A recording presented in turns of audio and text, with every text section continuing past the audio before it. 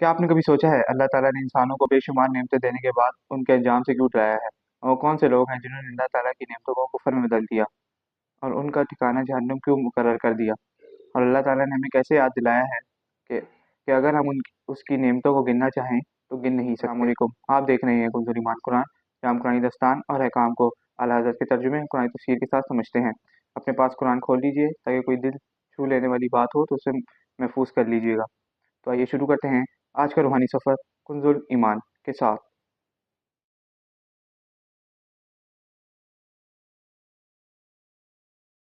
سورہ ابراہیم کی آیت نمبر 28، سورہ ابراہیم کا رکو نمبر 5 اور 13ویں پارے کا رکو نمبر 17۔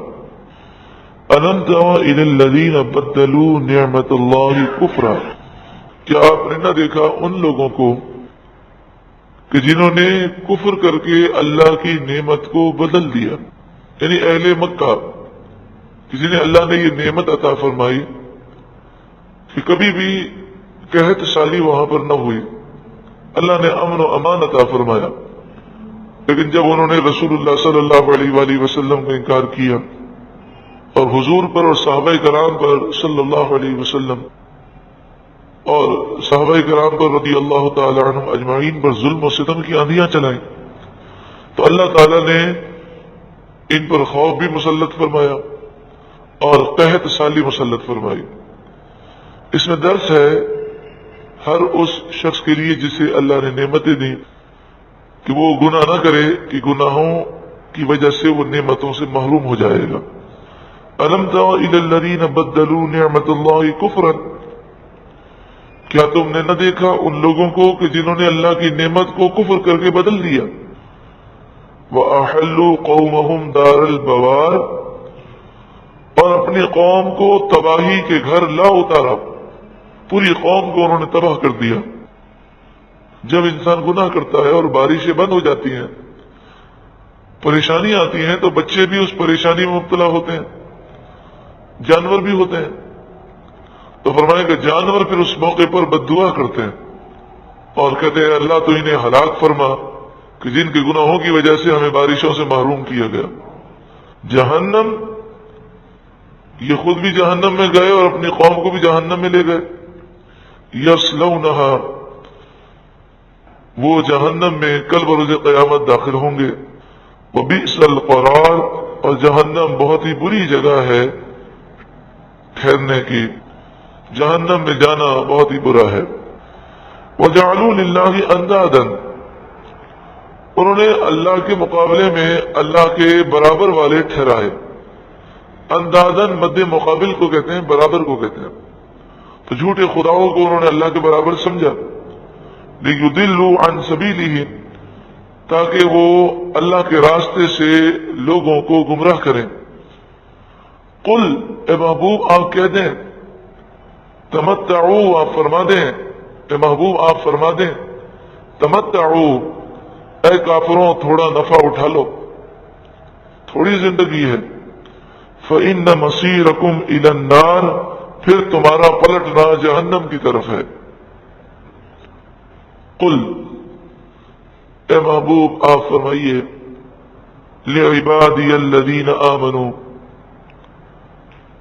ان میرے بندوں سے کہ جو ایمان لائے، ان سے آپ فرمائیے، یقیم الصلاۃ، اے لوگوں تم ہمیشہ نماز قائم کرتے رہو۔ وَيُنْفِقُوا مِمَّا رَزَقْنَاهُمْ سِرًّا وَعَلَانِيَةً، اور جو ہم نے روزی دی انہیں اس روزی میں سے وہ خرچ کریں۔ اے محبوب آپ میرے بندوں سے کہہ دیں کہ جو ایمان لائے ہیں کہ وہ نماز قائم کریں اور جو روزی ہم نے انہیں دی ہے وہ اس میں سے خرچ کریں، سرًا وعلانیہ، پوشیدہ طور پر اور اعلانیہ طور پر، من قبل ان یأتی یوم لا بیع فیہ ولا خلال، اس دن کے آنے سے پہلے کہ جس میں لا بیع، کوئی خرید و فروخت نہیں ہو سکے گی، ولا خلال، اور جس میں کوئی دوستی کام نہیں آئے گی۔ اللہ الذی خلق السماوات والارض، اللہ کی ہے جس نے آسمان و زمین کو پیدا کیا. وَأَنزَلَ مِنَ السَّمَاءِ مَاءً، اور آسمان سے پانی کو نازل کیا. فَأَخْرَجَ بِهِ مِنَ الثَّمَرَاتِ رِزْقًا لَكُمْ، پھر اس پانی کے ذریعے کئی پھل پیدا کیے تمہارے کھانے کے لیے. وَسَخَّرَ لَكُمُ الْفُلْكَ، اور تمہارے قابو میں اللہ نے کر دیا کشتیوں کو، بحری جہازوں کو. لِتَجْرِيَ فِي الْبَحْرِ بِأَمْرِهِ، تاکہ اللہ کے حکم سے وہ دریا اور سمندر میں چلیں. وَسَخَّرَ لَكُمُ الْأَنْهَارَ، اور اللہ نے تمہارے قابو میں نہروں کو کر دیا. وَسَخَّرَ لَكُمُ الشَّمْسَ وَالْقَمَرَ دَائِبَيْنِ، اور اللہ تعالیٰ نے تمہارے لیے سورج اور چاند کو تمہارے قابو میں کیا، یعنی تمہارے فائدے کے لیے ان کو بنایا. دائبین، یہ مسلسل چل رہے ہیں.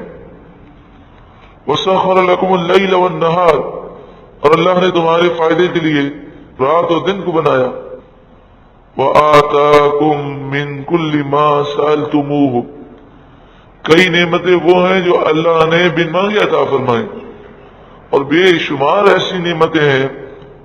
وَآتَاكُم مِّن كُلِّ مَا سَأَلْتُمُوهُ، اور تمہیں بہت کچھ منہ مانگا اللہ نے دیا، جو تم نے مانگا اللہ نے دیا. وَإِن تَعُدُّوا نِعْمَةَ اللَّهِ لَا تُحْصُوهَا، اللہ کی نعمتوں پر شکر ادا کرنا تو بڑی بات ہے، کسی ایک نعمت کا ہم شکر ادا کر ہی نہیں سکتے.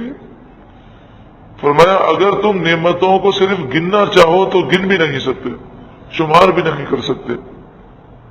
ان الانسان لظلوم کفار، بے شک آدمی بڑا ظالم، بڑا ناشکرا ہے، بڑا اپنی جان پہ ظلم کرتا ہے، شکر نہیں کرتا. اے اللہ تیرا شکر ہے. الحمدللہ رب العالمین، الحمدللہ رب العالمین، الحمدللہ رب العالمین.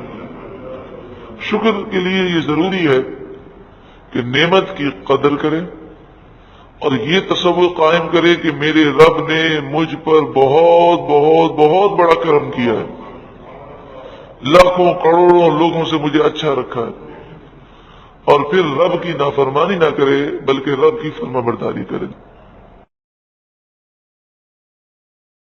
سبحان اللہ، آج کی ان آیات نے ہمیں جھنجھوڑ کر رکھ دیا. ہم نے سیکھا کہ اللہ تعالیٰ کی نعمتوں کا شکر ادا کرنا ہی اصل بندگی ہے.